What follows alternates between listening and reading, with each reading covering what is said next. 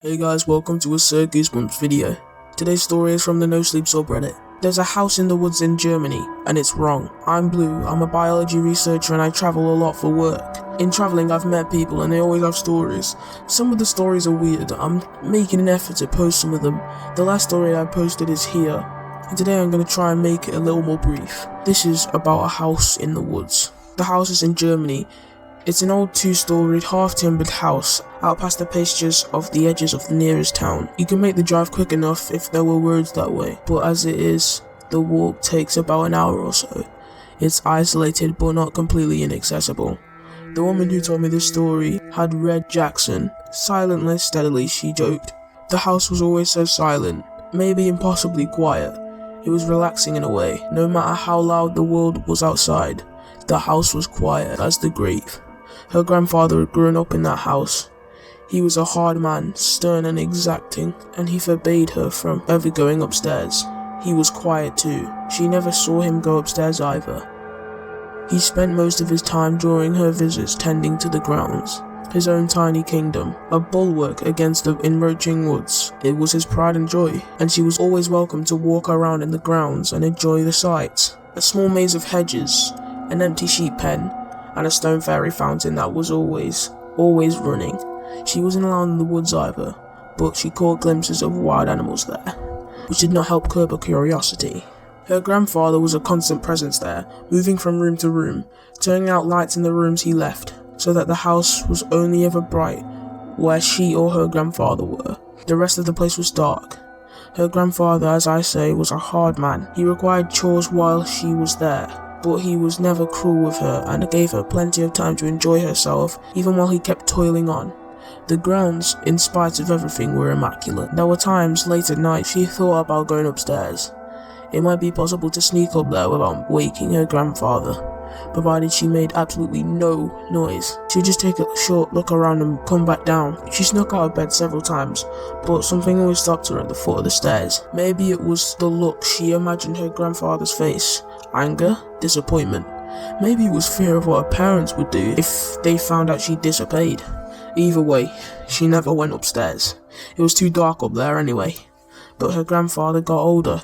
The house, with time, fell into disrepair. Family members were taken to hush whispers about the state of the grounds and the health of her grandfather.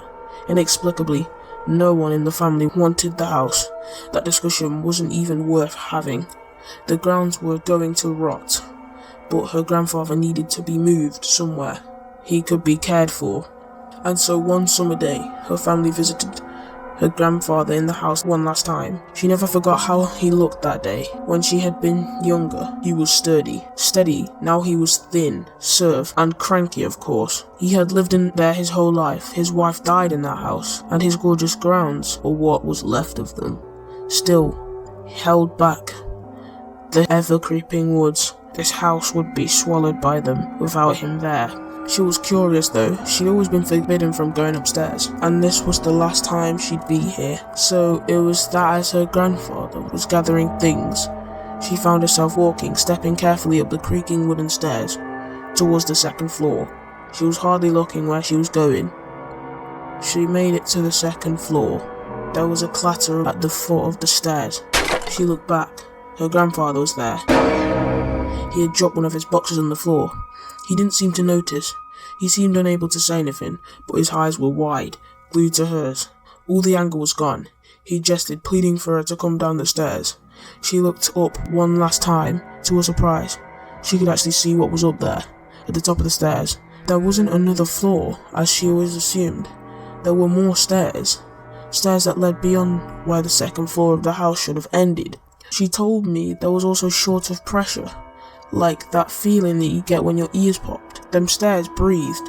She looked back at her grandfather, uncertain. Her foot froze mid-step.